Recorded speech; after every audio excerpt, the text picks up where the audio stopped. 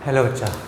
तो last lecture में हम लोगों ने क्या पढ़ा, टेम्परेचर के बारे में। वेरियस टेम्परेचर स्केल कैसे आया, एक एक कॉन्सेप्ट हम लोगों ने देखा। अगर आप उतना ढंग से कर लेंगे तो आपका कॉम्पिटिटिव लेवल का समझ लीजिए टेम्परेचर स्केल तैयार हो गया। ठीक है, अभी हम लोग पढ़ने जा रहे हैं हीट कैपेसिटी की। Temperature is finish, now we will talk about heat energy. ठीक है, हीट तो हीट क्या है बच्चा, एक एनर्जी मैं पहले डिस्कस कर चुका हूँ। हीट क्या है, एनर्जी। हीट क्या है, एनर्जी। और ये एनर्जी जो है हीट, वो किधर से किधर फ्लो करती है, high temperature to low temperature. अगर कहीं पे भी आपको टेम्परेचर डिफरेंस दिखता है तो you have to think about that heat energy is being transferred. ठीक है, that means heat energy transfer वहाँ पे हो रहा है। अगर कहीं पे भी टेम्परेचर डिफरेंस है तो हीट एनर्जी ट्रांसफ़र वहाँ पे होगा, डजेंट मैटर। और हमेशा किधर से किधर होगा, high temperature to low temperature, high temperature to low temperature. सो गए। तो हीट में हमको छोटे छोटे टर्म डिफाइन करने। पहला हीट कैपेसिटी। हीट कैपेसिटी ये क्या है, तो हमें जैसा ही पहले ही बताया कि हीट क्या है बच्चा, एक एनर्जी है। तो हीट कैपेसिटी क्या होता है, जैसे मान लेते हैं आपके पास ये कोई बॉडी है, जस्ट इमेजिन ये कोई बॉडी है, कुछ भी मास है इसका, m मान लेते हैं, मास इसका मान लेते हैं, कितना है m। मान लेते हैं इसका इनिशियल टेम्परेचर है 10 डिग्री सेंटीग्रेड। अब हमने बताया कि अगर इसका टेम्परेचर बढ़ाना है तो आपको हीट एनर्जी सप्लाई करना पड़ेगा, अगर इसका टेम्परेचर घटाना है तो हीट एनर्जी बाहर निकालना पड़ेगा। सिंपल, आपको अगर वाटर को हीट करना है तो क्या करते हो आप, गैस पर रख के उसको क्या करते हैं, बॉईल करते हो, मतलब उसमें हीट एनर्जी सप्लाई करते हो। ठीक है, तो इसमें इसका टेम्परेचर बढ़ाने के लिए आपको इसमें क्या सप्लाई करना पड़ेगा, हीट एनर्जी। क्या देना पड़ेगा इसको, हीट। तो हीट कैपेसिटी का मतलब होता है कि अगर इस बॉडी का टेम्परेचर 1 डिग्री सेंटीग्रेड बढ़ाना है, कितना, 1 डिग्री सेंटीग्रेड बढ़ाना है ना, 1 डिग्री सेंटीग्रेड, कितना, 1, यानी कि delta T is equal to 1 degree centigrade. ठीक है, तो जितना अमाउंट ऑफ हीट आप सप्लाई कर रहे हो उसी को हम लोग क्या बोलते हैं, heat capacity of this body. ठीक है, तो जैसे माना कि इनिशियल टेम्परेचर था 10 डिग्री सेंटीग्रेड, तो 10 डिग्री सेंटीग्रेड से 11 डिग्री सेंटीग्रेड तक इसका टेम्परेचर बढ़ाने के लिए आपको क्या करना पड़ेगा, हीट एनर्जी क्यू देना पड़ेगा। तो हीट एनर्जी क्यू हम लोग क्या बोलते हैं, हीट कैपेसिटी। हीट कैपेसिटी क्या बोलते हैं बच्चा, हीट कैपेसिटी। तो अगर हीट कैपेसिटी को हमें डिफाइन करना है तो कैसे डिफाइन करेंगे, amount of heat energy required to raise temperature of a body by 1 degree centigrade. ठीक है, हम लोग कैसे डिफाइन करेंगे, heat energy required to raise temperature of a body by 1 unit. 1 unit लिखते हैं। यूनिट का मतलब कि आप वो 1 का चेंज सेल्सियस पे भी हो सकता है, फ़ारेनहाइट भी हो सकता है, केल्विन में भी हो सकता है। ठीक है, इसलिए हम लोग क्या लिखते हैं बच्चा, unit, by 1 unit. Heat energy required to raise temperature of a body by 1 unit is known as heat capacity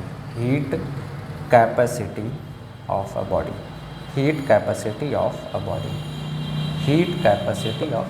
ठीक है, तो हम लोग मान लेते हैं, just assume heat energy required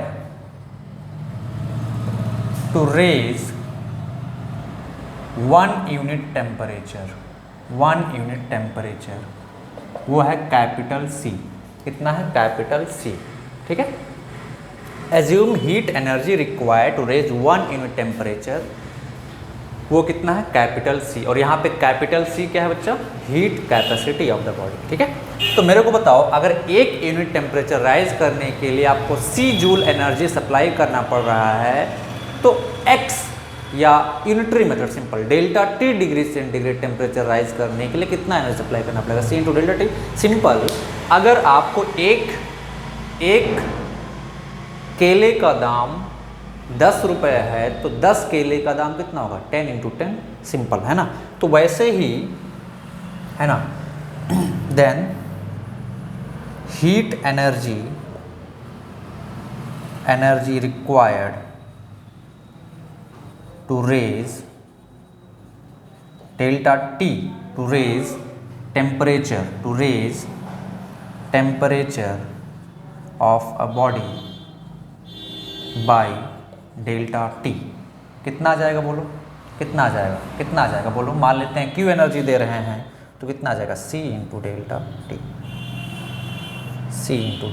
T, ठीक है। सो यहाँ पे C क्या है, heat capacity of the body, heat capacity of the body, heat capacity of the body क्या है, heat capacity of the body, समझ पा रहे हो। Q is equal to C into delta T, मतलब 1 डिग्री सेंटीग्रेड या 1 यूनिट टेम्परेचर राइज करने के लिए आपको चाहिए C जूल एनर्जी, है ना। तो delta T unit temperature rise के लिए कितना एनर्जी है, C into delta T, simple unitary method. 1 केले का दाम 10 रुपये है तो 5 केले का दाम कितना होगा, सिंपल। उसी तरीके से 1 यूनिट टेम्परेचर चेंज के लिए हमको चाहिए सी जूल एनर्जी, तो delta T unit temperature change के लिए हमको कितना चाहिए, सी इंटू डेल्टा टी, जहाँ पे सी क्या बच्चा, heat capacity of the body, C क्या है, heat capacity of the body. Note करें फटाफट इतना।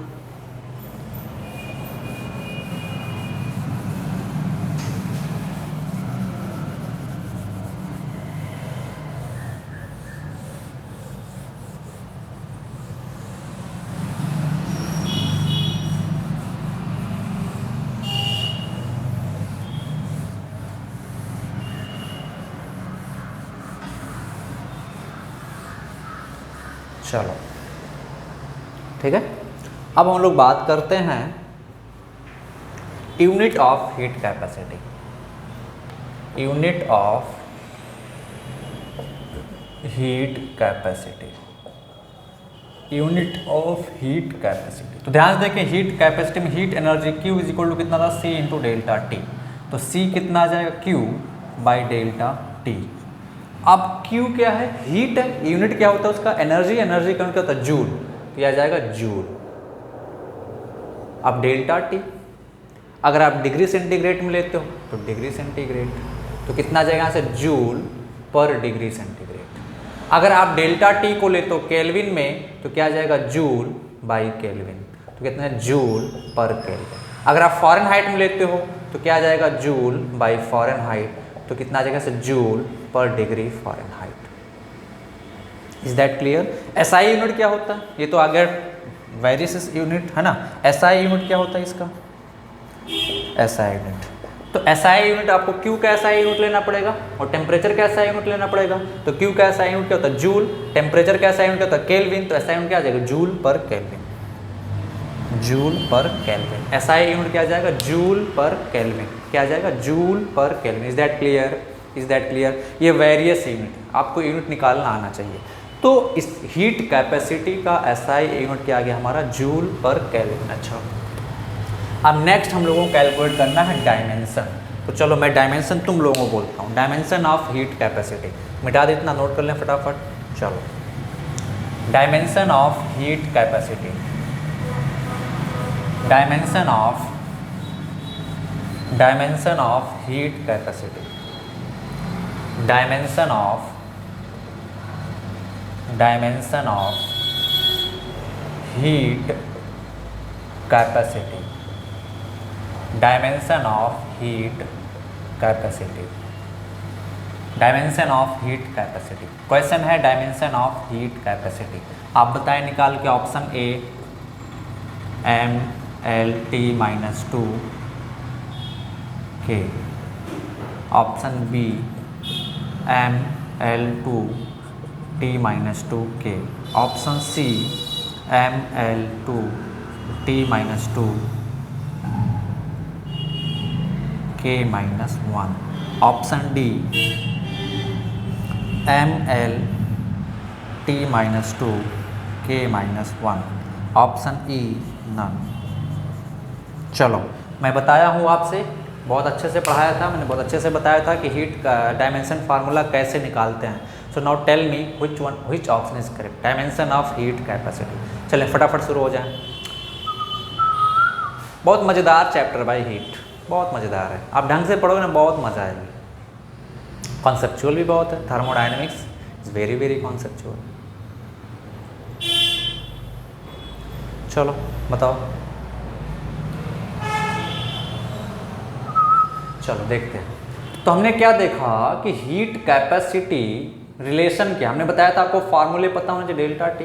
तो हीट कैपेसिटी सी कितना आ जाएगा, क्यू बाई डेल्टा टी। अब क्यू क्या है, हीट, हीट क्या है, एक टाइप का एनर्जी है। एनर्जी का यूनिट क्या होता है, एनर्जी का यूनिट क्या जूल, और एनर्जी का डायमेंशन में बता चुका हूँ कितना होता है mL2T-2। टेम्परेचर, टेम्परेचर को डायमेंशन क्या होता है के, फंडामेंटल यूनिट ना टेम्परेचर के, तो ये ऊपर जाएगा तो कितना आ जाएगा mL2T-2 K-1। Is that clear? So which option is correct, option D is correct, no no no, option C is correct. Which option is correct, option C is correct, mL2T-2 K। देखें इसका dimension हमको पता है energy mL2T-2, temperature इसका dimension लोगों को पता है के, हमने रख दिया तो हमको क्या मिल गया, हीट कैपेसिटी का डायमेंशन। Is that clear? चलो नोट कर लो फटाफट, मिटा दें। चलो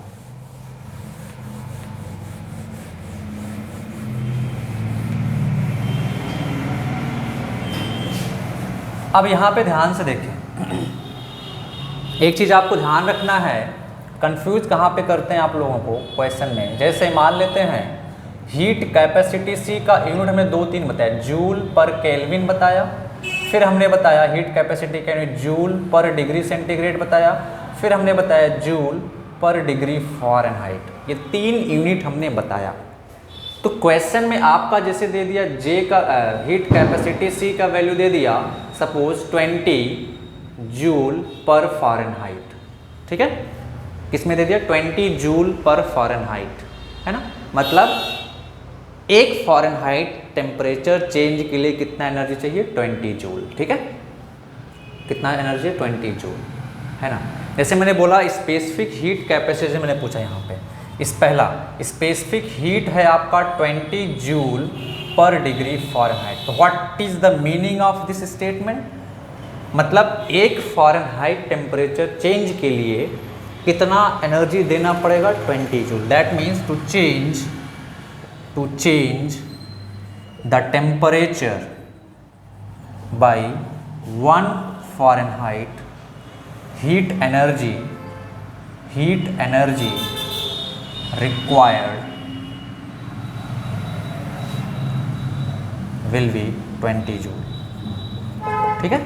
दूसरा स्टेटमेंट मैंने दिया कि स्पेसिफिक हीट कैपेसिटी किसी बॉडी का है 20 joule per degree centigrade.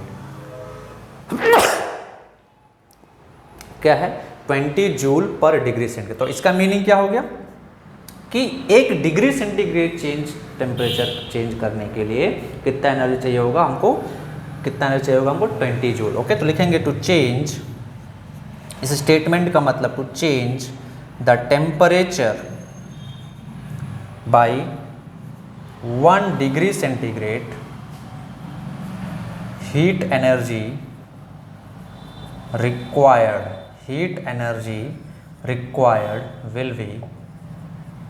will be 20 joule, is that clear? तो कंफ्यूज नहीं होंगे। अब क्वेश्चन में आपको कंफ्यूज कैसे कर सकता है कि जैसे मैंने ये दे दिया कि हीट कैपेसिटी किसी बॉडी का है 20 जूल पर डिग्री फ़ारेनहाइट, तो मैंने पूछा कि 5 डिग्री सेंटीग्रेड टेम्परेचर चेंज के लिए कितना एनर्जी चाहिए। तो आपको देखना होगा यहाँ पे टेम्परेचर सेंटीग्रेड में है, यहाँ पे फ़ारेनहाइट में, तो या तो आपको इसको फ़ारेनहाइट में कन्वर्ट करना होगा या तो इसको सेल्सियस में, जूल पर सेल्सियस में लेके आना होगा। तो इसमें इस चीज़ को विशेष ध्यान रखेंगे, अदरवाइज क्वेश्चन आप गलत कर देंगे, ठीक है। आप ऐसे जैसे मैंने बोल दिया कि किसी बॉडी का heat capacity 20 joule per degree Fahrenheit है, तो 5 डिग्री सेंटीग्रेड टेम्परेचर चेंज के लिए कितना एनर्जी देना पड़ेगा। तो C का वैल्यू इतना दे दिया आपको, डेल्टा T का वैल्यू दे दिया 5 डिग्री सेंटीग्रेड, तो आपने डायरेक्टली मल्टीप्लाई कर दिया ये फार्मूला लगा के 20 इंटू 500। तो गलत हो जाएगा भाई। कैसे गलत हो जाएगा? क्योंकि टेम्परेचर के यूनिट अलग अलग हैं। यहाँ पे C का यूनिट देखें कितना 20 जूल पर फ़ारेनहाइट इंटू डेल्टा T कितना 5 डिग्री सेंटीग्रेड। तो ये और ये अलग सिस्टम में यूनिट हैं, समझ पा रहे हो? तो एक ही सिस्टम में चाहिए, तो आप या तो इसको कन्वर्ट करोगे किसमें, फ़ारेनहाइट में, या इसको कन्वर्ट करोगे किसमें, सेल्सियस में। Is that clear? तो ये चीज़ का क्वेश्चन सॉल्व कर देता है, बहुत ही खास ध्यान रखना हम लोग। और कैसे कन्वर्ट करेंगे तो मैं बता चुका हूँ कि delta F is equal to 1.8 delta C, मैं बता चुका हूँ इसको, ठीक है। Delta F is equal to 1.8 in delta C, ठीक है। यानी कि 1 डिग्री सेंटीग्रेड चेंज किसके बराबर होता है, फ़ारेनहाइट पे 1.8 के, यानी कि 1 डिग्री सेंटीग्रेड चेंज होगा वो 1.8 फ़ारेनहाइट के बराबर होगा, है ना भाई। डेल्टा C को 1 रखो तो डेल्टा F कितना 1.8, मतलब 1 डिग्री सेंटीग्रेड चेंज होगा सेल्सियस स्केल पे वो 1.8 फ़ारेनहाइट चेंज के बराबर होगा फ़ारेनहाइट स्केल पे। Is that clear? नोट करें फटाफट, बहुत ही मज़ेदार चीज़ है, आप ऊपर नोट करें, मैं नीचे मिटा रहा हूँ। फिर हम लोग क्वेश्चंस पे आते हैं।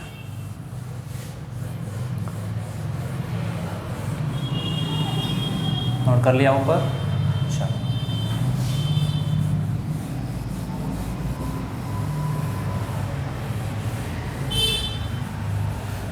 चलो भाई, question, heat capacity of a body, heat capacity of a body is 50 joule per degree centigrade. Then amount of heat energy required to raise the temperature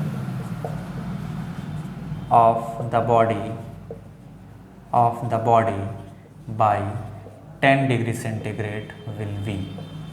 आप सॉल्व करना स्टार्ट कर दें फटाफट। Option A heat capacity of a body is 50 joule per degree centigrade, then amount of heat energy required to raise the temperature of the body by 10 degree centigrade will be, okay, option A 5 joule, option B 500 joule, option C 900 joule, option D 90 joule, option E none। चलो फटाफट बताओ, बिना देर किए हुए फटाफट बता दो, बिना देर किए हुए भाई, बिना देर किए हुए बताना है फटाफट। Which option is correct?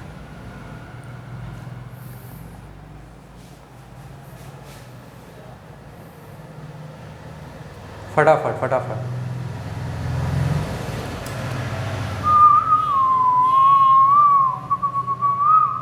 चलो देखते हैं।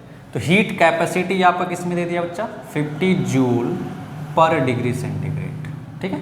और टेम्परेचर कितना चेंज करना है, डेल्टा, ठीक है ना, raise the temperature of the body by 10, यानी 10 डिग्री सेंटीग्रेड रेज करना है। तो आपको डेल्टा टी का वैल्यू दे दिया है 10 डिग्री सेंटीग्रेड। कितना एनर्जी, तो यहाँ पे ध्यान देखें, सी भी सेंटीग्रेड में दिया हुआ है, ये भी सेंटीग्रेड में, तो आपको कन्वर्ट करने की ज़रूरत नहीं है। तो हम लोग क्या लिखें, Q is equal to C into delta T. C का वैल्यू है 50, टी का वैल्यू डेल्टा टी का वैल्यू 10, तो कितना आएगा 500 joule. Is that clear? Option आप समझे चीज़ों को भाई। सी का वैल्यू कितना 50 joule by degree centigrade, delta T का वैल्यू कितना 10 डिग्री सेंटीग्रेड, डिग्री सेंटीग्रेड से डिग्री सेंटीग्रेड कैंसल, तो कितना आ जाएगा 500 जूल। Is that clear? ठीक है, नोट करो फटाफट। चलो नेक्स्ट क्वेश्चन पे आते हैं।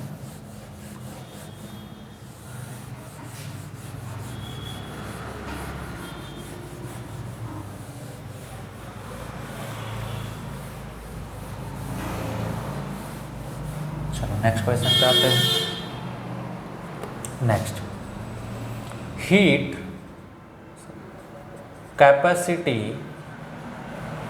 Of a body is 10 joule per degree centigrade, then amount of heat energy required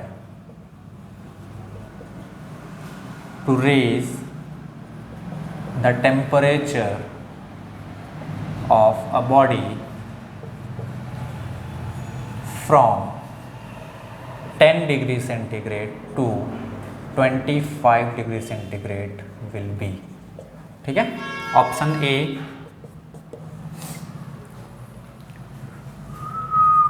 250 joule, option B 100 joule, option C 150 joule, option D none. चलो फटाफट शुरू हो जाओ, बिना किसी लेट के फटाफट शुरू हो जाओ, स्टार्ट हो जाओ, बिना किसी लेट के स्टार्ट हो जाओ, फटाफट शुरू हो जाओ भाई, शुरू हो जाओ, बिना देर किए हुए शुरू हो जाओ।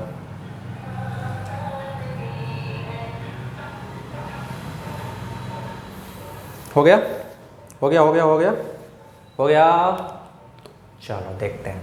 तो यहाँ पे इस हीट कैपेसिटी सी दे दिया आपका 10 जूल पर डिग्री सेंटीग्रेड, है ना, और 10 डिग्री सेंटीग्रेड से 25 तक राइज करना है, तो आपका डेल्टा टी कितना आ जाएगा बोलो, T2 माइनस टी यानी कि 25 माइनस 10 कितना आ जाएगा यहाँ से 15 डिग्री सेंटीग्रेड।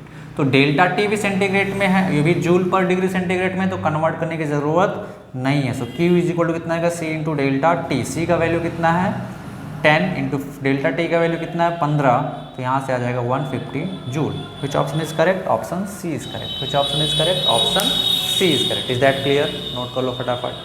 चलो बेटाए, चलो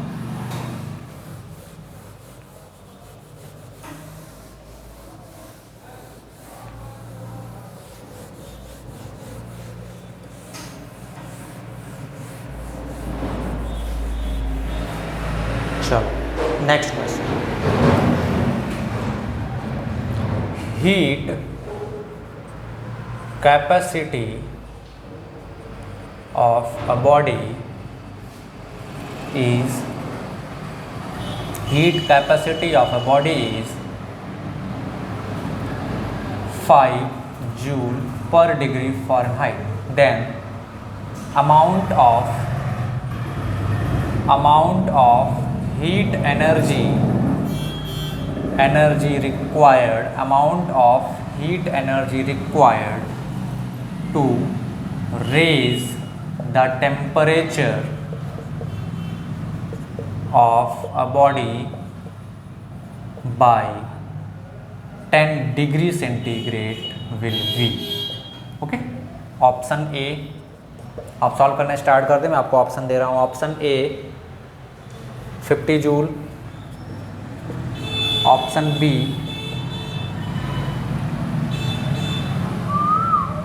90 joule, option C 180 joule, option D 45 joule, option E none. चलो फटाफट स्टार्ट हो जाओ, फटाफट स्टार्ट हो जाओ, बिना देरी को शुरू करो। चलो फटाफट, चलो हो गया। चलो देखते हैं। तो देखें यहाँ पे हीट कैपेसिटी किसमें दिया आपका 5 जूल पर डिग्री फ़ारेनहाइट, और आपका टेम्परेचर चेंज कितना, रेज कितना करना by 10 degree centigrade. Delta T दे दिया है आपका 10 डिग्री सेंटीग्रेड। तो कुछ लोग तो डायरेक्ट कर दिए होंगे, Q is equal to C into delta T. C सर दिया 5, डेल्टा टी दिया पर 10, 50, आंसर भी मिल रहा है, ऑप्शन ए लगा दिया। बट वो गलत हो जाएगा बच्चे। कैसे गलत हो जाएगा, आप ध्यान से देखें कैसे गलत हो जाएगा।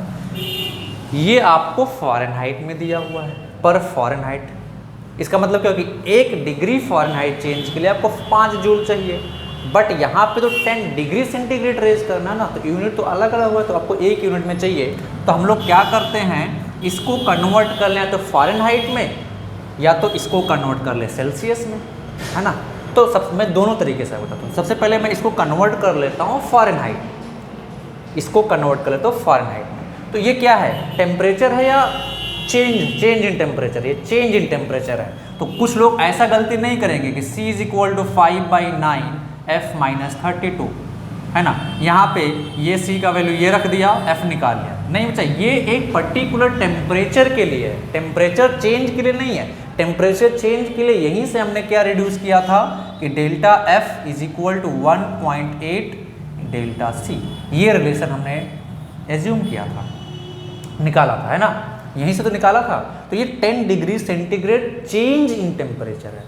क्या लिखा हुआ क्वेश्चन में, energy required to raise the temperature of the body by 10 degree, 10 degree centigrade raise करना है, मतलब चेंज करना है 10 डिग्री सेंटीग्रेड। तो डेल्टा F निकाल लो, डेल्टा C दिया हुआ आपको कितना 10, 1.8 इंटू 10 कितना आ जाएगा 18, मतलब 10 डिग्री सेंटीग्रेड का चेंज सेल्सियस स्केल पे, है ना, वो 18 डिग्री फ़ारेनहाइट चेंज के बराबर है फ़ारेनहाइट स्केल पे, ठीक है। तो डेल्टा F हमने निकाल लिया, यानी कि अब यहाँ पे आ जाएगा हमारा डेल्टा T फ़ारेनहाइट में कितना आ जाएगा 18 डिग्री फ़ारेनहाइट। अब यहाँ पे सब, यहाँ पे ये फ़ारेनहाइट में, ये फ़ारेनहाइट में, तो Q इज इक्वल टू क्या लिख देंगे, C into delta T, C का वैल्यू 5 इंटू डेल्टा T का वैल्यू 18, तो कितना आ जाएगा यहाँ से 90 जूल, ठीक है। तो which option is correct, option B is correct. एक तो तरीका ये हो गया कि हमने इसको कन्वर्ट कर लिया फ़ारेनहाइट चेंज में, यानी कि 10 डिग्री सेंटीग्रेड का चेंज कितने फ़ारेनहाइट चेंज के बराबर होगा उसमें कन्वर्ट कर लिया। दूसरा, मैं इसको ना कन्वर्ट करके इसको कन्वर्ट कर देता हूँ, तो आइए देखते हैं, है ना, इसको ना कन्वर्ट करके इसको मिटा दूँ मैं, चलो चलो भाई, ठीक है। तो मैं क्या करता हूँ, देखें C का वैल्यू किस में दिया हुआ आपका 5 जूल पर फ़ारेनहाइट, मतलब 1 डिग्री फ़ारेनहाइट टेम्परेचर चेंज के लिए आपको 5 जूल चाहिए, है ना। अब इसको आपको C में लेके आना है, तो आप क्या करेंगे, यहाँ से डेल्टा C का वैल्यू देखें कितना आ जाएगा, डेल्टा F बाई 1.8, यानी कि 1 डिग्री फ़ारेनहाइट जब चेंज होगा तो डेल्टा C का वैल्यू कितना होगा। अगर मैं यहाँ पे रखूँ डेल्टा F जो है वो 1 डिग्री फ़ारेनहाइट, है ना, यहाँ पे ये चेंज क्या है, डेल्टा 1 फ़ारेनहाइट का चेंज है ना ये, तो कितना आ जाएगा यहाँ से डेल्टा C कितना आ जाएगा आपका 1/1.8 फ़ारेनहाइट, समझ पा रहे हो। तो यहाँ पे हम लोग क्या रख देंगे बच्चा, डेल्टा C में रखना, तो 1/1.8, तो यह आ जाएगा 1/1.8 इज इक्वल टू 5 जूल, ये डिग्री सेंटीग्रेड, ठीक है। तो कितना आ जाएगा यहाँ से 1 डिग्री सेंटीग्रेड आ जाएगा 5 joule into 1.8 is equal to 9 joule, है ना, यानी कि आपका C का वैल्यू इसमें कितना आ जाएगा 9 joule per degree centigrade. Is that clear, 9 joule per degree centigrade, इसका वैल्यू अगर हम लोग 1 रखते हैं, ठीक है, यानी कि 1 डिग्री सेंटीग्रेड टेम्परेचर चेंज के लिए वो फ़ारेनहाइट सेल्सियस स्केल पे कितना 1/1.8, समझ पा रहे हो। तो 9 जूल आ गया। अब आपका आ गया C का value 9 joule per degree centigrade, temperature delta T है, तो Q इज इक्वल टू क्या आ जाएगा C into delta T, C का वैल्यू है 9, डेल्टा T का वैल्यू 10। इज दैट क्लियर, समझ में आ रहा है कि नहीं मेरे को बताओ। अरे भाई हमने क्या बताया था, आप ऐसे देखो, फिर से देखो, कन्वर्ट करने में अगर इस हीट कैपेसिटी किसी बॉडी का 5 जूल पर फ़ारेनहाइट लिखा हुआ है, दैट मीन्स क्या कि 1 फ़ारेनहाइट टेम्परेचर चेंज के लिए हमें कितना एनर्जी चाहिए, 5 जूल एनर्जी चाहिए। कितना जूल एनर्जी चाहिए, 5 जूल एनर्जी चाहिए। तो मैंने कॉन्सेप्ट लिख दो तो आपको कुछ रटना ना पड़े, ठीक है। कितना चाहिए, 5 जूल एनर्जी चाहिए। तो 1 डिग्री सेंटीग्रेड चेंज में कितना जूल एनर्जी चाहिए वो हम लोग निकाल लेते हैं। तो देखें 1 डिग्री सेंटीग्रेड का चेंज किसके बराबर, तो 1.8 फ़ारेनहाइट के बराबर होता है। तो 1 फ़ारेनहाइट का जो चेंज होगा वो किसके बराबर होगा बच्चा, 1/1.8 डिग्री सेंटीग्रेड के बराबर होगा। तो 1 फ़ारेनहाइट की जगह पे मैं ये रख देता हूँ, तो 1 degree centigrade by 1.8 is equal to 5 joule. तो यहाँ से क्या आ जाएगा, 1 डिग्री सेंटीग्रेड चेंज के लिए कितना आ जाएगा, 9 जूल। तो हीट कैपेसिटी किस में आ जाएगा, 9 जूल पर डिग्री सेंटीग्रेड। कितना आ जाएगा, 9 joule per degree centigrade. Is that clear, बोलो क्लियर है कि नहीं। अब आप निकाल सकते हो, ठीक है। चलो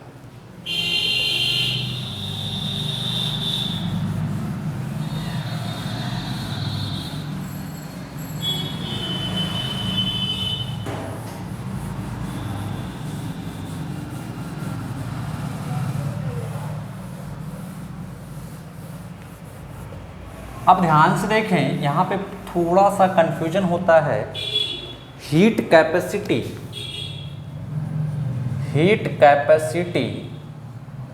दो चीज़ों से होती है। पहला लिक्विड और सॉलिड, एंड तीसरा gas.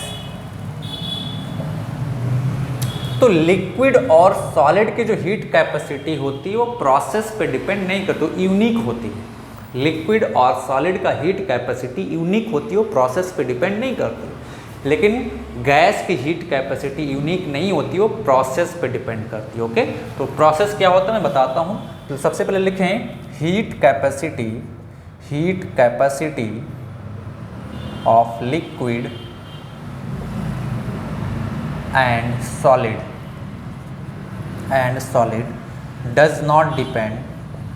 Does not depend on process.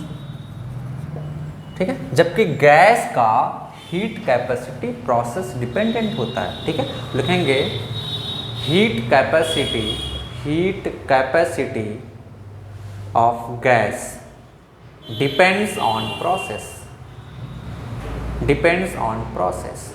Process का मतलब क्या हुआ, जैसे मान लेते हैं हमारे पास किसी कंटेनर में वाटर है या कोई सॉलिड है। अब इसको जब मैं हीट एनर्जी सप्लाई करूंगा इस दोनों को, चाहे वो सॉलिड हुआ चाहे ये लिक्विड हुआ, तो उनके वॉल्यूम में कोई चेंज नहीं आएगा। लेकिन सपोज किसी कंटेनर में सपोज ऐसे एक मूवेबल पिस्टन लगा दिया हमने, है ना, इसमें गैस भरा हुआ है, गैस। तो अब मैं अगर इसका टेम्परेचर, इसमें हीट एनर्जी सप्लाई करूंगा तो क्या होगा, गैस के पास ज़्यादा एनर्जी आएगी, कोलाइड करना स्टार्ट करेंगे, है ना, तेज़ी से। तो प्रेशर गैस का बढ़ेगा, तो प्रेशर बढ़ेगा तो पिस्टन ऊपर जाएगा, तो वॉल्यूम गैस का क्या हो जाएगा, चेंज कर जाएगा। समझ पा रहे हो? तो ये हीट एनर्जी जो सप्लाई किया जा रहा है किस प्रोसेस पे सप्लाई किया जा रहा है। मैं इस वॉल्यूम को फिक्स कर दिया, यानी कि ऊपर से जैसे हीट दबा रहा हूँ, मैं इसको प्रेस किए जा रहा हूँ, वॉल्यूम नहीं चेंज कर रहा हूँ। तो वॉल्यूम में कांस्टेंट रख के हीट सप्लाई कर रहा हूँ। पहला, वॉल्यूम कांस्टेंट रख के मैं सप्लाई कर रहा हूँ हीट, या प्रेशर कांस्टेंट रख के मैं हीट सप्लाई कर रहा हूँ। दो चीज़ पे आ जाती है, प्रेशर कांस्टेंट। समझ पा रहे, इसी को प्रोसेस कहते हैं कि जो हीट में सप्लाई कर रहा हूँ किस प्रोसेस में सप्लाई कर रहा हूँ, वॉल्यूम कांस्टेंट रख के या प्रेशर कांस्टेंट रख के। ऑब्वियस सी बात है, मैं हीट सप्लाई करूँगा तो इन गैसेस के मॉलिक्यूल्स की एनर्जी बढ़ेगी, तो एनर्जी बढ़ेगी तो क्या होगा, प्रेशर बढ़ेगा। तो प्रेशर बढ़ने से पिस्टन अगर मूवेबल है तो पिस्टन ऊपर की तरफ मूव कर जाएगा, तो वॉल्यूम चेंज हो जाएगा। ठीक है, अगर मैं प्रेशर को सेम रखना चाहता हूँ। ठीक है, अब दूसरा ऐसा हो सकता है कि मैं प्रेशर को बढ़ने दूं, वॉल्यूम को ना बढ़ने दूं, इसको फिक्स कर दूं, तो क्या होगा, हीट सप्लाई करेंगे तो मॉलिक्यूल्स की एनर्जी बढ़ेगी, तो तेज़ी से कोलाइड करेंगे वॉल पे, तो प्रेशर बढ़ेगा गैस का। तो प्रेशर बढ़ने दो, बट वॉल्यूम में नहीं बढ़ने दे रहा हूँ। बट अगर मैं वॉल्यूम बढ़ने दे रहा हूँ, प्रेशर कांस्टेंट रखता हूँ, क्योंकि जैसे जैसे सपोज एनर्जी बढ़ रही है, जब हीट सप्लाई कर रहा हूँ तो मॉलिक्यूल की एनर्जी जब बढ़ रही है तो प्रेशर बढ़ रहा है, तो उस प्रेशर को कांस्टेंट रखने में क्या कर दिया, वॉल्यूम को बढ़ा दिया थोड़ा, तो प्रेशर फिर से वापस उस लेवल पे आ गया। ठीक है, तो वो हो गया हमारा constant volume and constant pressure. तो यहाँ पे स्पेसिफिक हीट दो आ जाती है, हीट कैपेसिटी दो आ जाती है। हीट कैपेसिटी गैसेस के केस में, heat capacity at constant volume, है ना, और दूसरा heat capacity at constant pressure. ठीक है, तो गैस के केस में यूनिक नहीं है, हमको पहले प्रोसेस चूज करना पड़ेगा, बताना पड़ेगा। अभी आप CP एंड CV पढ़े होंगे थर्मोडायनेमिक्स में, heat specific heat capacity at constant volume and specific heat capacity at constant pressure.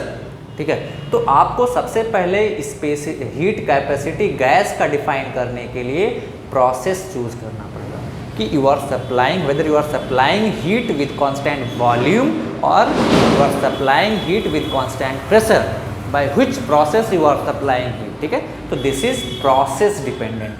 Heat capacity of gases are not unique, they are process dependent. ठीक है, जबकि लिक्विड और सॉलिड में ऐसा नहीं होता है, देयर वैल्यू इज यूनिक, ठीक है, and process independent, does not dependent process, क्योंकि वॉल्यूम में चेंज कैन बी नेग्लिजिबल। जब हम लोग सप्लाई कर रहे हैं तो we can neglect the change in volume, but in case of gases we can not neglect it, right? Is that clear? Note कर लें फटाफट। चलो आगे आते हैं।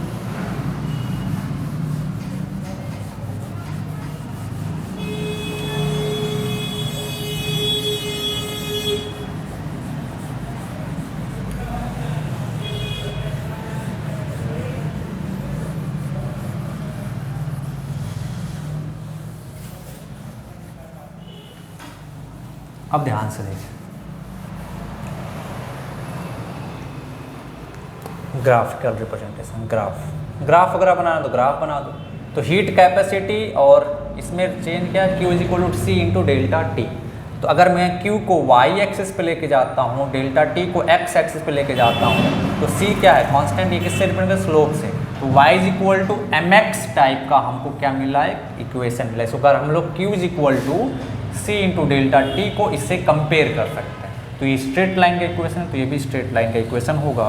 तो हमारा कैसा ग्राफ आ जाएगा, इस पर हम लिखा डेल्टा टी और इस पर हमने लिखा क्या, क्यू। तो हमारा ग्राफ कैसा आ जाएगा, चाहे स्ट्रेट लाइन, ठीक है, स्ट्रेट लाइन।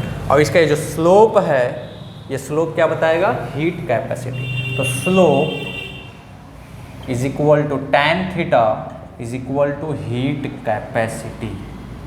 क्या बताएगा बच्चा, हीट कैपेसिटी। क्या बताएगा, heat capacity. Is that clear? Note कर लें। मिटाएं? चलो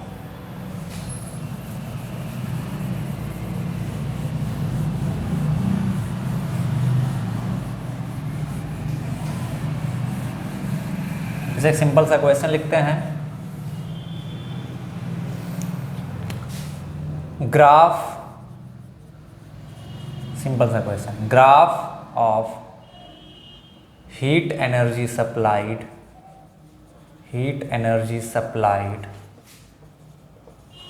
to a solid and its temperature change is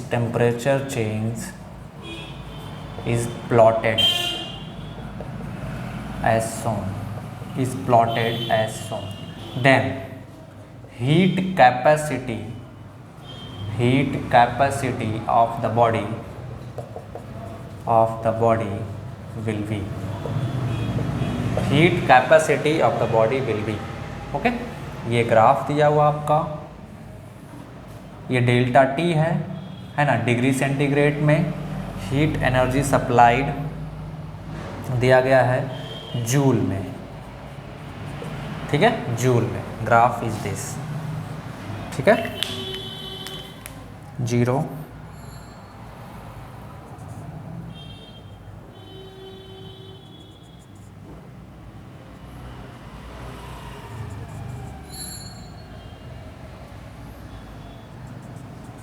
ठीक है। दिस इज 10, 20, 30, 40, 100, 200, 300, 400, ठीक है। आपको बताना हीट कैपेसिटी क्या होगा। चलो जल्दी से सॉल्व करना स्टार्ट कर दें। ऑप्शन में दे रहा हूँ, option A 10 joule per degree centigrade, option B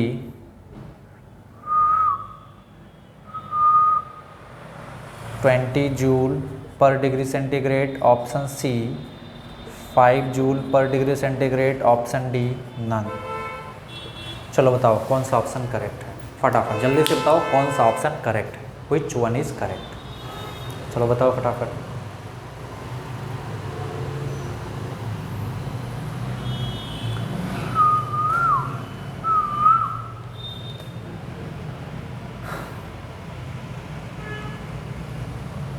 चलो देखते हैं। तो हमने क्या बोला था, ये इसका जो स्लोप होगा, ये स्लोप जो होगा थीटा, ये हमारा क्या बताएगा, हीट कैपेसिटी। तो यहाँ पे tan थीटा हम लोग निकाल सकते हैं, कितना आ जाएगा, सिंपल, ये ट्रायंगल ले लेते हैं, ये ट्रायंगल ये, तो ये साइड किसके बराबर है देखो, ये 200 के, और ये साइड किसके बराबर है 20 के, है ना, सिंपल। तो tan थीटा कितना आ जाएगा 200/20, इतना आ जाएगा 10। तो स्लोप हमने बताया था इस हीट कैपेसिटी होगा तो कितना आ जाएगा 10 जूल पर डिग्री सेंटीग्रेड। तो which option is correct, option A is correct, ठीक है। वैसे इस टाइप का क्वेश्चन आपके स्कूल एग्जाम में नहीं आएगा, ठीक है। चलो next,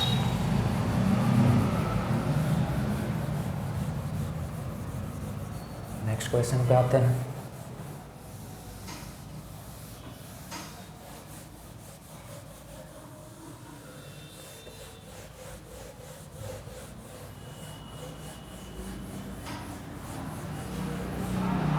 next question,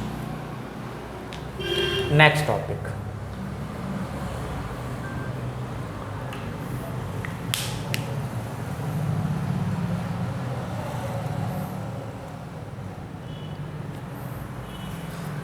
specific heat, specific heat capacity, specific heat capacity. तो हीट कैपेसिटी जो होता है वो आपका मास पे डिपेंड करता है, ओके। तो नोट करें, heat capacity, heat capacity of a body depends on its mass, depends on its mass. For example आपके पास 5 किलोग्राम वाटर है, उसका टेम्परेचर 1 डिग्री सेंटीग्रेड बढ़ाने के लिए, है ना, मान लेते हैं कि 100 जूल एनर्जी चाहिए, है ना। और अगर आपके पास 10 किलोग्राम वाटर है, उसका टेम्परेचर 1 डिग्री सेंटीग्रेड बढ़ाने के लिए आपको 100 जूल से ज़्यादा एनर्जी चाहिए, क्योंकि मास ज़्यादा होगा तो हीट कैपेसिटी ज़्यादा हो जाएगा, ठीक है। ऑब्वियस ये बात, सिंपल सा क्वेश्चन ना। 5 kg को गर्म करने में ज़्यादा टाइम थोड़ा कम टाइम लगता है, जबकि 10 kg को ज़्यादा गर्म करने में वाटर को ज़्यादा टाइम लगेगा, सिंपल सी बात है। जबकि स्पेसिफिक हीट मास इंडिपेंडेंट होता है, मास पे डिपेंड नहीं करता है, ठीक है। तो लिखेंगे specific heat capacity, specific heat capacity, specific heat capacity does not depend on mass. Specific heat capacity does not depend on mass. It is the property of the substance. It is the property of the substance. ठीक है। तो अगर हमें इसको define करना है तो कैसे डिफाइन करेंगे? अगर इसको हमें डिफाइन करना है तो कैसे डिफाइन करेंगे? Heat energy required to raise temperature of a unit mass of a body by 1 unit, okay. तो हम डिफाइन करते हैं, heat energy required, heat energy required to raise temperature of unit mass, temperature of unit mass of a body, unit mass of a body और substance, body unit mass of a substance लिखते हैं, ज़्यादा better होगा, ठीक है। Unit mass of a substance by 1 unit, by 1 degree centigrade या 1 degree kelvin, 1 degree Fahrenheit, जो भी लिखना है, ठीक है। 1 degree centigrade is known as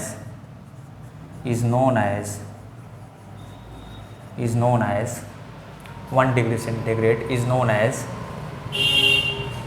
specific heat capacity of that substance, ठीक है। तो मेरे को बताओ, 1 यूनिट मास का टेम्परेचर के लिए अगर सपोज S, इसको हम लोग S से डिनोट करते हैं, डिनोटेड बाई S, या स्मॉल c जिससे डिनोटेड बाई S, या स्मॉल c जिससे डिनोट करना है। तो मेरे को बताओ 1 यूनिट मास का, सिंपल 1 यूनिट, ऐसे सिंपल है, 1 unit mass required required S joule energy for 1 degree centigrade temperature change. अगर मैंने बोला किसी सब्सटेंस का स्पेसिफिक हीट S है तो क्या हो जाएगा कि 1 यूनिट मास, 1 यूनिट मास जो है S जूल एनर्जी चाहिए उसको 1 डिग्री सेंटीग्रेड टेम्परेचर रेज करने के लिए। ठीक है, तो मेरे को बताओ m यूनिट मास को कितना चाहिए होगा, m इंटू एस, है ना, 1 डिग्री सेंटीग्रेड रेज करने के लिए। तो मेरे को बताओ m यूनिट मास का कितना एनर्जी चाहिए होगा delta T degree centigrade raise करने के लिए। सिंपल यूनिटरी मेथड ना, एम एस डेल्टा टी। तो Q इज इक्वल टू क्या आ जाएगा बच्चा, M S delta T. 1 unit mass को S जूल एनर्जी चाहिए 1 डिग्री सेंटीग्रेड टेम्परेचर चेंज के लिए।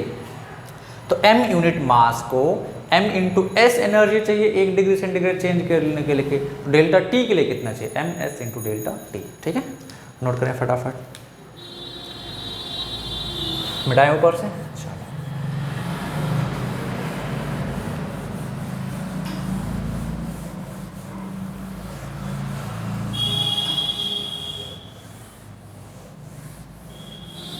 तो आ गया हमारा क्या, एम एस डेल्टा टी, जहाँ पे Q इज इक्वल टू हमने निकाला कितना, M S into delta T, जहाँ पे S क्या है बच्चा, M क्या है, सबसे पहले M देखते हैं।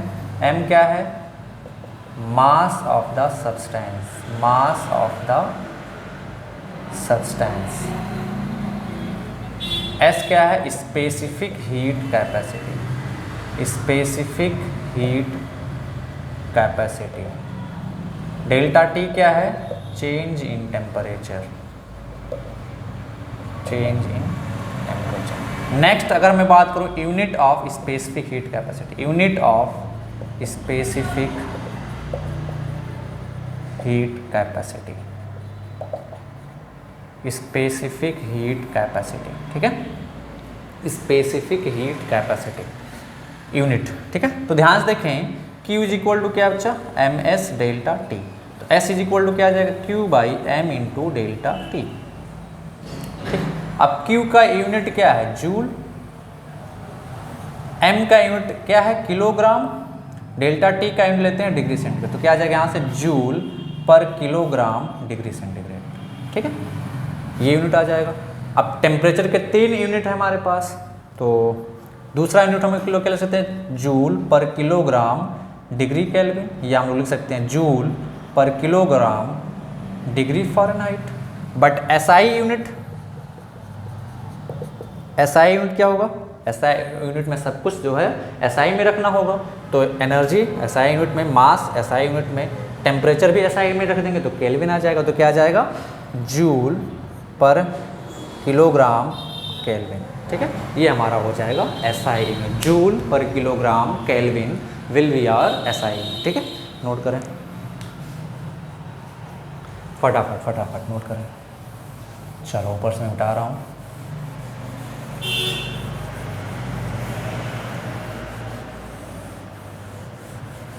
चलो next, next dimension, dimension of, next question तुम इन लोगों को सॉल्व करना है। Dimension of specific heat capacity will be, dimension of specific heat capacity will be. आप लोग सॉल्व करना स्टार्ट करें, मैं आपको ऑप्शन दे रहा हूँ। ठीक है, ऑप्शन ए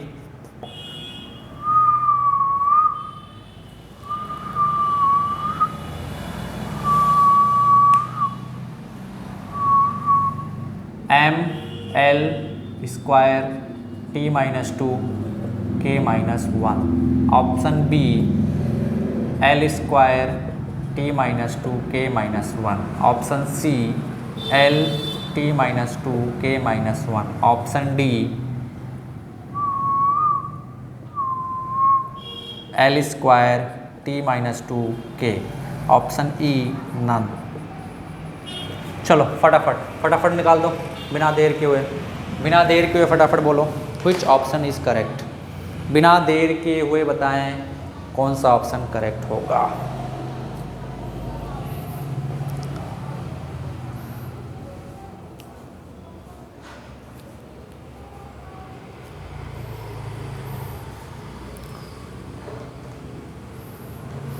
फटाफट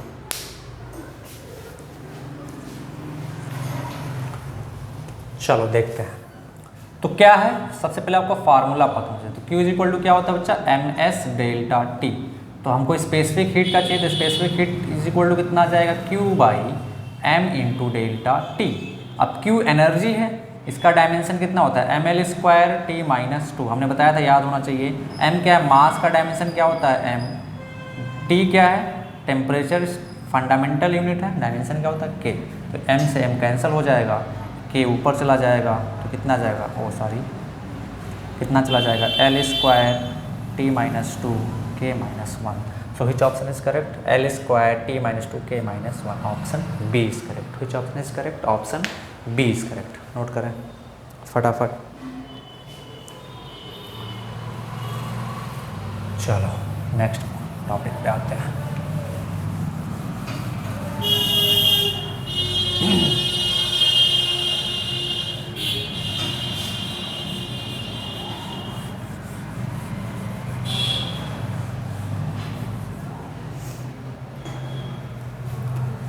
next question,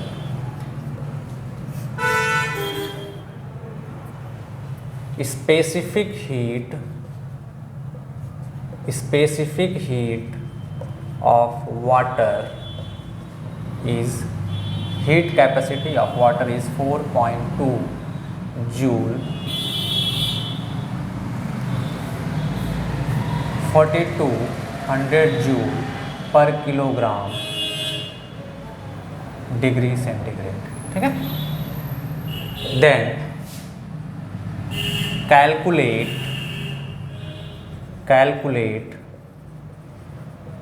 amount of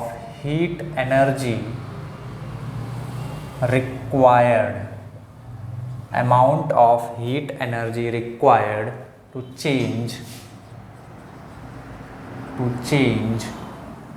the temperature of 10 kilogram of water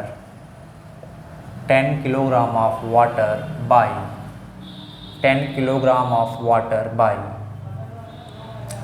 20 degree centigrade. ठीक है, अब यहाँ पे याद रखेंगे, यहाँ पे मैं फ़ारेनहाइट भी दे सकता था। तो यहाँ और यहाँ पे आपको देखना होगा, यहाँ पे डिग्री सेंटीग्रेड है तो यहाँ पे ये चेंज इन टेम्परेचर भी डिग्री सेंटीग्रेड में होना चाहिए। अगर ये फ़ारेनहाइट में है तो ये भी फ़ारेनहाइट में होना चाहिए। अगर ये फ़ारेनहाइट में, ये सेंटीग्रेड में है तो आपको कन्वर्ट करना पड़ेगा। तो आप इसको कन्वर्ट कर लो या तो इसको कन्वर्ट कर लो, और कन्वर्जन का तरीका मैं बता चुका हूँ। अब होता क्या है, हमने बताया ना, डेल्टा F जो होता है वो 1.8 डेल्टा C के बराबर होता है, लेकिन केल्विन स्केल में जो होता है डेल्टा K डेल्टा C के बराबर होता है। केल्विन स्केल और सेल्सियस स्केल में जो चेंज इन टेम्परेचर होता है वो बराबर होता है। That means 30 degree change kelvin scale पे और 30 degree change in Celsius scale दोनों पे बराबर आएगा। तो वहाँ पे आपको कन्वर्ट करने की ज़रूरत नहीं पड़ती है, लेकिन फ़ारेनहाइट और सेल्सियस में पड़ती है। ठीक है, चलो फटाफट सॉल्व कर दें बिना देर किए हुए। फटाफट सॉल्व करें बिना देर किए हुए, फटाफट सॉल्व करें बिना देर किए हुए, फटाफट बच्चा सॉल्व कर दें। बिना देर किए हुए फटाफट सॉल्व कर दें। आपको ऑप्शन दे देता हूँ मैं। ऑप्शन ए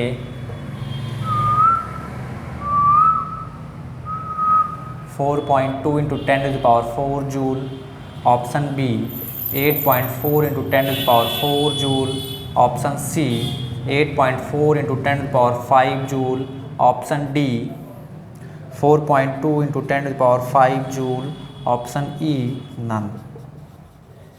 चलो फटाफट बता दो भाई, विच ऑप्शन इज करेक्ट बिना देर किए हुए।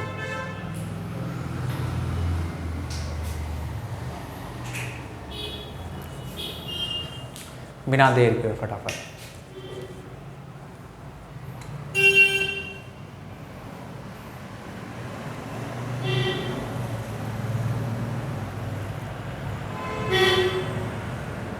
चलो देखते हैं। तो मास कितना दिया हुआ वाटर का 10 kg। स्पेसिफिक हीट कितना दिया हुआ 4200 जूल पर केजी डिग्री सेंटीग्रेड। देखेंगे यहाँ पे मास केजी में, तो यहाँ पे भी केजी में, यूनिट बिल्कुल सेम होना चाहिए, अदरवाइज गलत हो जाएगा। और चेंज कितना लाना है टेम्परेचर में 20 डिग्री सेंटीग्रेड। तो Q इज इक्वल टू कितना आ जाएगा बच्चा MS डेल्टा T।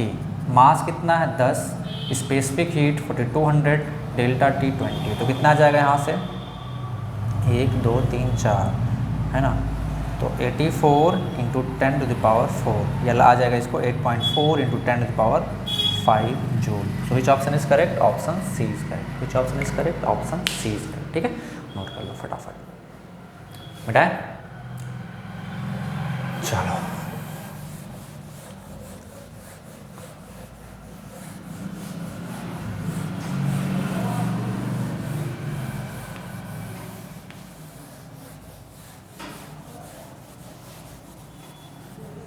चलो नेक्स्ट क्वेश्चन सॉल्व करते हैं, है ना। देखो, specific heat of a body is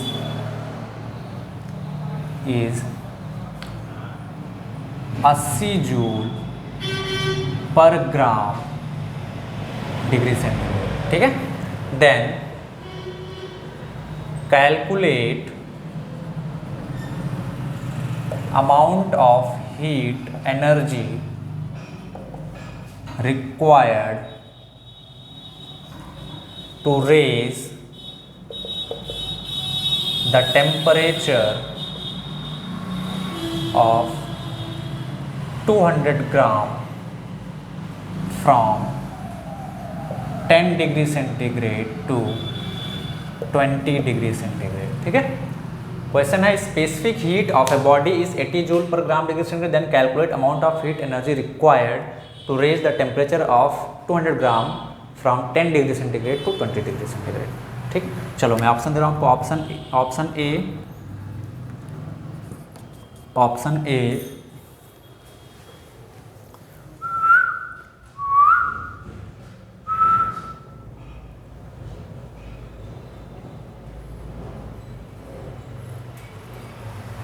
1600 joule, option B 16,000 joule, option C 160 joule, option D none.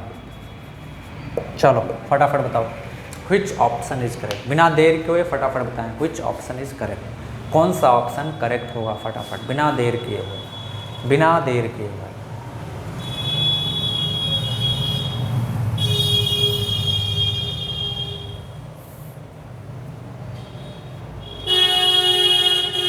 चलो बिना देर के बताओ फटाफट।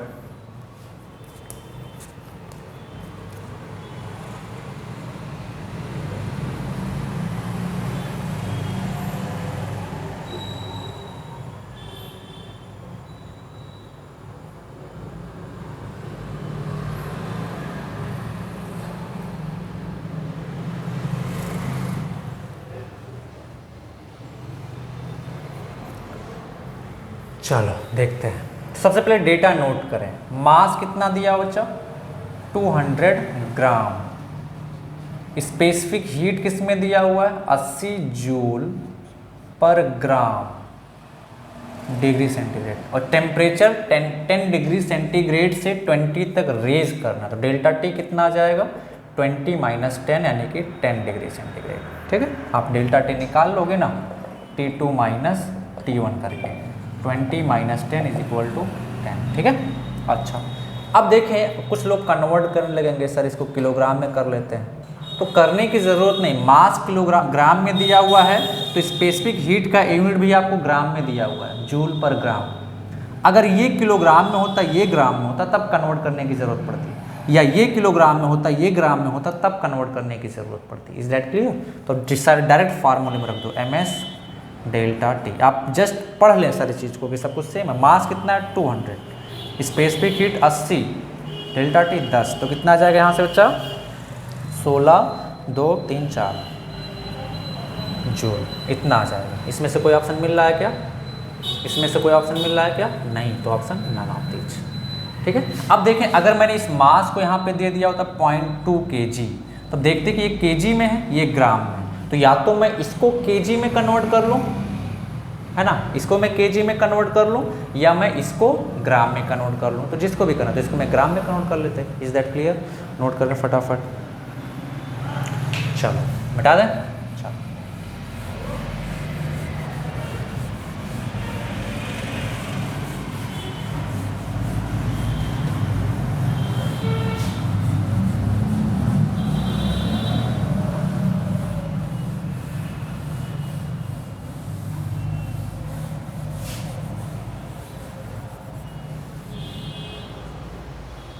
ठीक है। तो next write down heat, mechanical equivalent of heat, mechanical equivalent of heat, mechanical equivalent of heat, ये चीज़ क्या है? ये चीज़ क्या है sir? Mechanical equivalent of heat. ये आप क्या नया टर्म ले आए? तो देखें बहुत साल पहले, आज से 200-150 साल पहले, हीट को एक अलग चीज़ माना जा रहा था। हीट एंड वर्क, दो चीज़ें हैं थर्मोडायनेमिक्स में, थर्मल फिजिक्स में, हीट एंड वर्क। तो ये दो डिफरेंट चीज़ें मानी जा रही थी, अलग अलग क्वांटिटी। समझ पा रहे हो? These two are considered two different quantities before joule. ठीक है। जूल आए, बोले नहीं नहीं नहीं नहीं, हीट एंड वर्क दो अलग अलग चीज़ें नहीं हैं, दोनों ही एनर्जी इन ट्रांजिएंट, दोनों ही एनर्जी है, अलग अलग क्वांटिटी नहीं है। Both are energy, both are energy in transient, transient. Thermodynamics में आप पढ़ चुके होंगे। तो जूल से पहले एक साइंटिस्ट थे जूल, हीट की एनर्जी, हीट की यूनिट को मानते थे कैलोरी। हीट की एनर्जी क्या थी? कैलोरी, आप जानते हो। और वर्क की एनर्जी क्या थी? जूल। दोनों अलग अलग थे। ठीक है। तो जूल आए, एक्सपेरिमेंट परफॉर्म किए और उन्होंने हीट, जो कैलोरी और जूल में रिलेशन दिया। क्या दिया? जूल और कैलोरी में रिलेशन दिया और बताया कि जो है हीट और वर्क अलग अलग क्वांटिटी नहीं है, दोनों एक ही क्वांटिटी है। तो उन्होंने बताया कि 1 calorie is equal to 4.2 joule, है ना। या इसी 4.2 को हम लोग क्या बोलते हैं? Mechanical equivalent of heat. क्या बोलते हैं? Mechanical equivalent of heat. ठीक है। क्या बोलते हैं? 1 calorie is equal to 4.2 joule. इसी को हम लोग क्या बोलते हैं? Mechanical equivalent of heat. क्या बोलते हैं? Mechanical equivalent of heat. Is that clear? तो दैट मीन्स उन्होंने कैसे रिलेशन इस्टेब्लिश किया था? एक कंटेनर में वाटर लिया, एक कंटेनर में क्या लिया? वाटर लिया। थोड़ा मैं आपको दे देता हूँ। और वहीं से कैलोरी को डिफाइन किया था उन्होंने, है ना। एक कंटेनर में वाटर लिया और इसको वेल इंसुलेट कर दिया, वेल इंसुलेट कर दिया, यानी कि हीट एनर्जी यहाँ से बाहर ना जाने पाए। इसको बढ़िया से इंसुलेट कर दिया, इसमें एक थर्मोमीटर लगा दिया, थर्मोमीटर लगा दिया, इसको बढ़िया एकदम इंसुलेट कर दिया कि हीट एनर्जी जो है इससे बाहर ना जाने पाए, है ना। और ये काम किया इन्होंने, क्या किया? एक पुली लगाया यहाँ से, ओ सॉरी,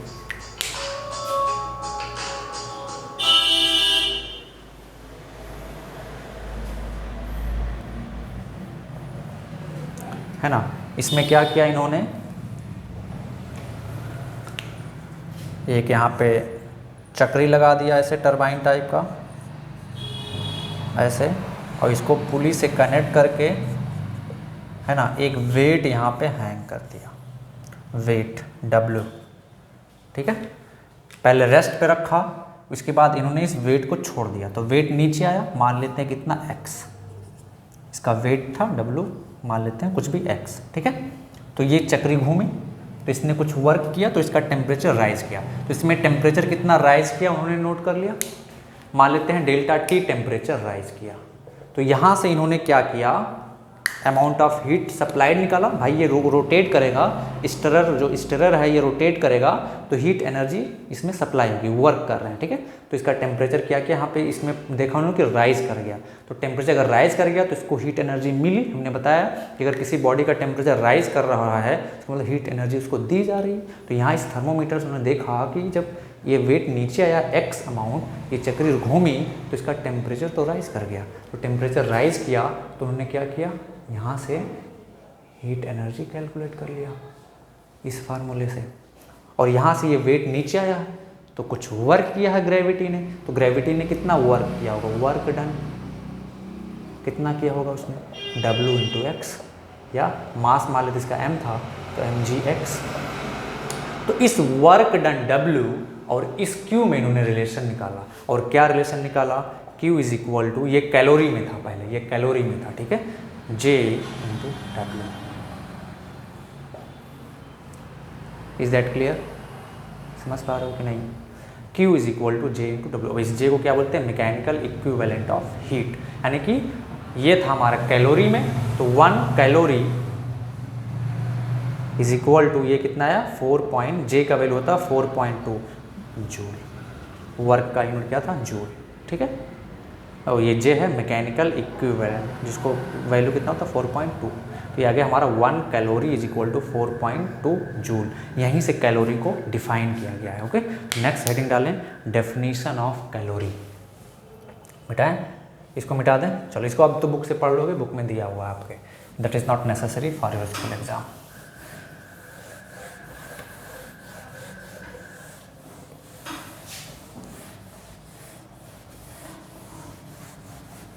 चलो next write down definition of calorie.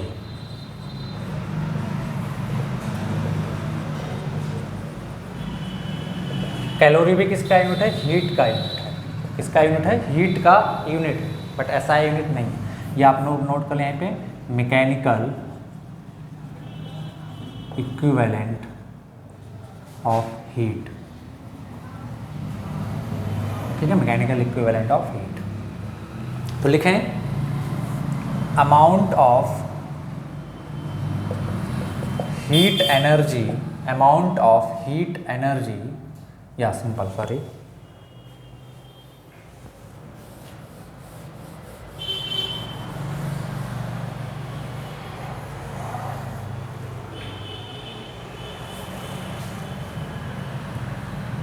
amount of heat energy required to raise temperature of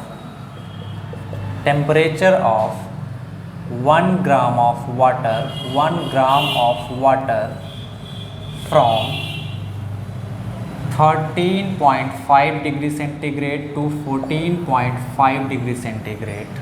Amount of heat energy required to raise temperature of 1 gram of water from 13.5 degree centigrade to 14.5 degree centigrade is known as 1 calorie, ठीक है, is known as 1 calorie. क्या बोलते हैं इसको हम लोग, 1 calorie. And 1 calorie is equal to होता है 4.2 जूल। और ये 4.2 जूल क्या बच्चा, जूल, मैकेनिकल इक्विवेलेंट।